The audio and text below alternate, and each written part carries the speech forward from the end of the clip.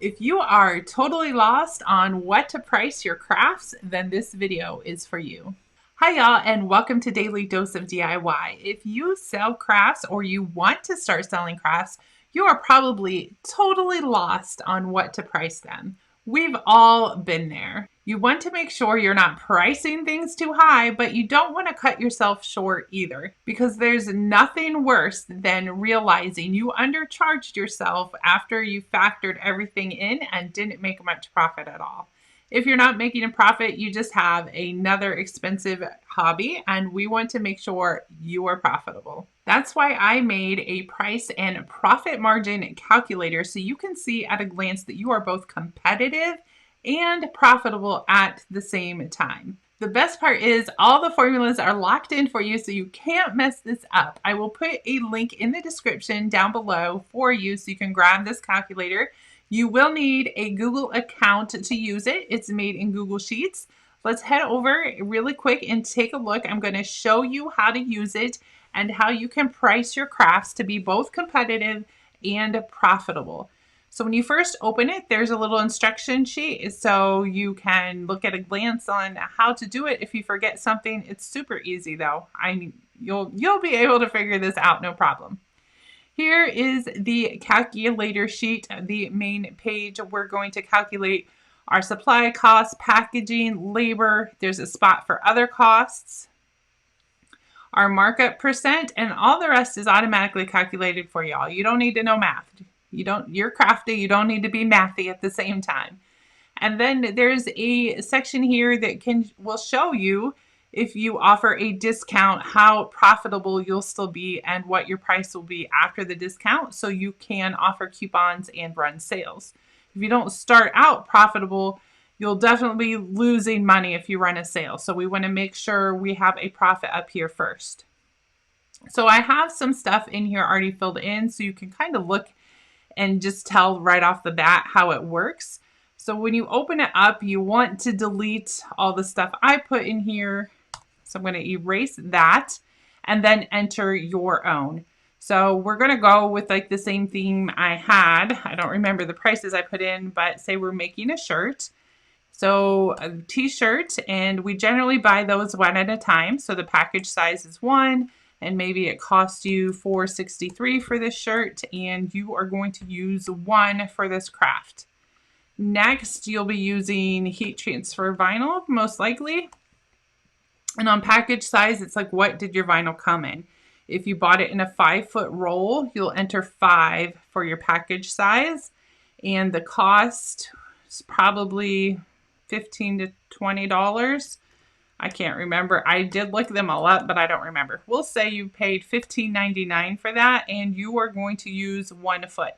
So you enter in 1, and then over here, it automatically calculates for you. Your cost is $3.20 out of that vinyl you used. You might use a different color if you're doing a 2-color shirt. So we'll put in some glitter HTV. We say we bought that at 5. Maybe glitter is $17.99. And we're only going to use like 6 inches of that. So you can put 0.5. And it will calculate the cost for 6 inches is $1.80. Down here, it adds everything up for you in your supply cost. So our total supply cost is $9.63. You also have a section for packaging cost. It's the same concept. Boxes, if you buy them in a 25 bundle and it costs you $13.25 for those 25, you're going to enter the quantity you used is 1, and it will figure this out for you. Tissue paper inserts, you should put inserts in your packages. That's where you can offer the coupons and invite them back to your shop. On all places, I also left a place for miscellaneous income, or not, this part is not income, this is cost. So I use this section if, say, I'm making a sign, or for supply cost, maybe you're using parchment paper to protect your heat transfer vinyl. If making signs, maybe I'm using some glue or Mod Podge. It's for those supplies. I don't really want to calculate how much glue I used from that bottle to charge the customer. If it is true for that craft, I know this isn't a sign, but I would just put, I put a minimum 50 cents for miscellaneous. If I'm using any of those little things, I don't want to take the time to calculate how much a drop of glue costs. If I use a lot of miscellaneous supplies, that could go up to a couple of dollars. So the same thing with packaging costs. I have a miscellaneous section. I might not always want to figure out how many inches of packing tape I used and how much that cost, because our time is valuable too, and who has time to calculate that? So I will put miscellaneous in here for things like tape, and depending on how much is used, the higher your miscellaneous cost will be. Labor costs, you list out, you don't work for free, y'all. You're not working for free. You want to calculate the time it took you to make this. Now, you can also put, like if you have employees, put their hours in here. And I tend to do different hourly rates based on the job. Just like in the real world, if you start entry level at McDonald's, you're making a minimum wage. So the time to make, I could train my teenager to heat press shirts all day long. I could probably train her in 10 minutes and pay her $10 an hour. It's like an entry level thing. But my time to design is a little bit more valuable because not everybody can design. I can't quickly teach her how to design. So I have a higher hourly rate for designs. I can go into a whole nother thing on that. I would just say be careful on charging too much for designs. If you made one design once and you're going to sell that design to everybody, you don't necessarily need to charge everybody the half hour or however long it took you to make that design. But if you're doing a custom design, then charge every minute you worked on that design. And that's kind of where miscellaneous came in. If I make one design and I'm going to sell that design to 100 different people, I might not charge them all.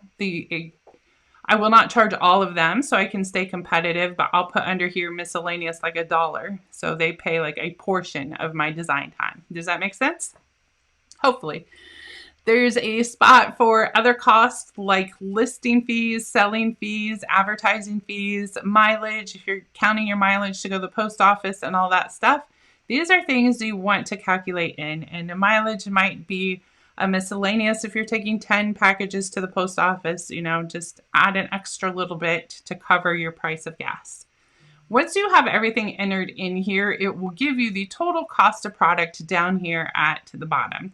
So we can see to make this shirt that I'm going to sell cost $19.11. Now we can come back up to the top. You can change this number here, your markup percent. So minimum profit you should be is 30%. So you can kind of look at this and say, well, if I mark it up 30%, I'm making $5 on this shirt. I'm going to sell it for $24.85. And then you can look at your competitor average, which we'll get to how to calculate this next, and see it's $26.13 is our average competitor.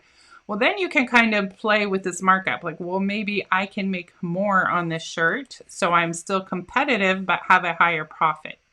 And if we add that, move that up to 40%, because I said 30% is a minimum, but ideally you want to be in the 50 and 60% range. You're probably at the beginning of your craft starting business, you probably won't be there. But as you continue on, you can work into those higher margins. So if we go 40%, now I have a profit of $7 on that shirt. My selling price is $26.76, and you can see I'm more in the competitor average, and that's a closer price. So I'm probably going to go with a 40% markup, and then I can scroll down here. This is also automatically calculated for you, and see if it's Black Friday, I want to run a 25% off or 20% off, or I just want to run any kind of sale. You can see how much profit you'll still have after running a sale and what your price will be after you offer that discount. So for the competitors, we want to figure out if we're competitive, right? There is another sheet, so we'll click on here and this will take you to your competitor list. Now you'll need to fill this out all yourself.